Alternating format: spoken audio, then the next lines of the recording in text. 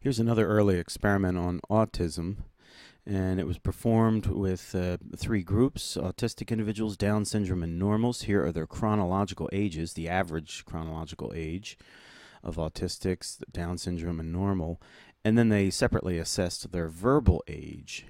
And so you'll notice, if anything, the autistic individuals had a higher verbal age than the normal group, and also more than the Down syndrome group. So if anything, autistic individuals, if this task somehow required language capacity, would have an advantage.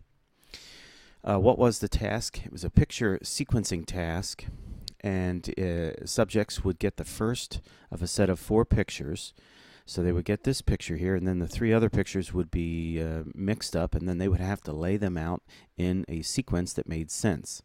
And the pictures, the scenes, were of 3 types. They had a mechanical sequence, behavioral sequence, and mentalistic sequence. So in the mechanical, really just sort of the concept of causation was the key here. So the person's up on the hill, they kick the rock rolls down the hill into the water. Right? So you don't have to do much mentalizing here. You don't have to get inside the head of any character to understand what's going on. In the behavioral sequence, there are people involved, and an interaction is happening, but again, the mentalizing is pretty straightforward. So kid has an ice cream cone, girl takes it from him, now he's upset. Right? Pretty straightforward. Not much sophisticated mentalizing. For the mentalizing sequence, the girl here has a teddy bear. She puts it down on the ground, turns around to pick a flower, and while her back is turned, somebody steals the teddy bear. When she turns around to see the teddy bear gone, she has a look of surprise. Right? So to understand why that expression makes sense, you would have to sort of understand that she expected the teddy bear to be there when she turned around. In other words, she had the belief that the teddy bear was there, and then turned around and found it was gone. Right, so this requires a higher level mentalizing to understand this sequence. Now, the way it was scored, for each type of sequence, you could get a maximum of 2 points. Again, you were given the first one. If the child had the correct last sequence, they were scored 1 point. They earned 1 point, or they got scored 1 point.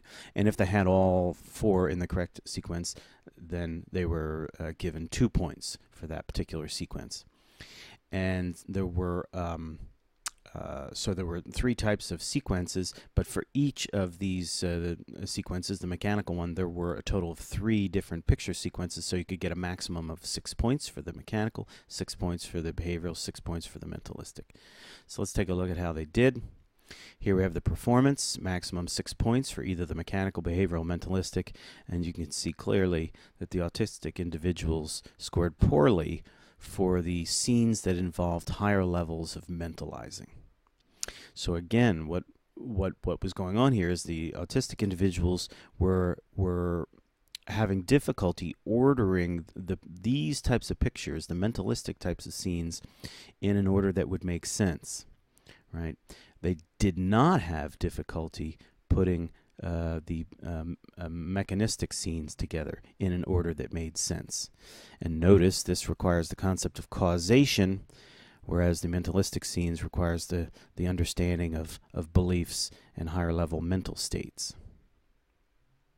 So the suggestion here is that this task also revealed a specific deficit with autistic individuals.